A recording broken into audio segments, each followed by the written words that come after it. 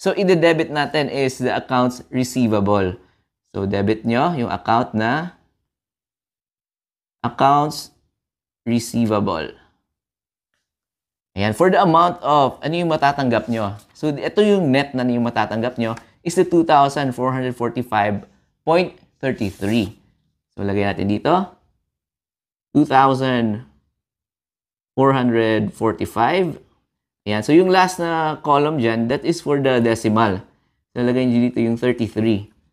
So, debit, accounts receivable. So, double entry tayo. So, pag may dinebit kayo na account, may i-credit din kayo na account. So, dapat total lang yung debit and the credit. So, yung credit natin, since this is your commission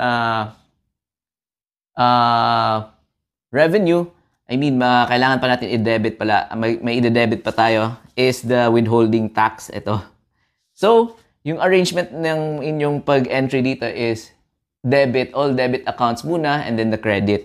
So, debit tayo ng creditable withholding tax. Ayan. So again, asset to ninyo ang withholding tax, the 2307.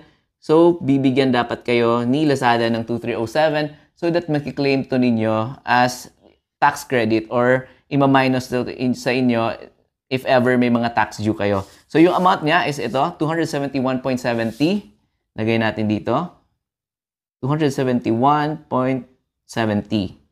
Ayan. So magka-credit na tayo. So yung credit natin is commission revenue. Ayan. So, i-indent lang ninyo. Kailangan nyo i-indent. Ayan. Commission revenue. Yung amount niya is yung gross. Yung gross amount is the 2,717.03.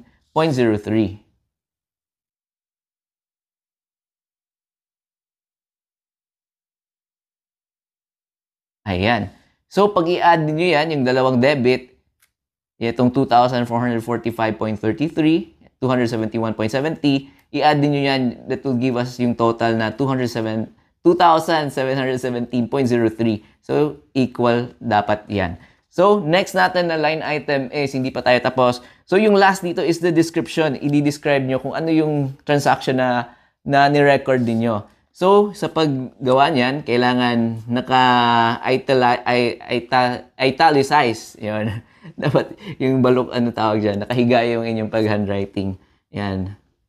So, inline lang yan dapat dito sa inyong credit. So, lagay natin dito, to record. Hindi pa mabasa yung ating sulat kamay. To record commission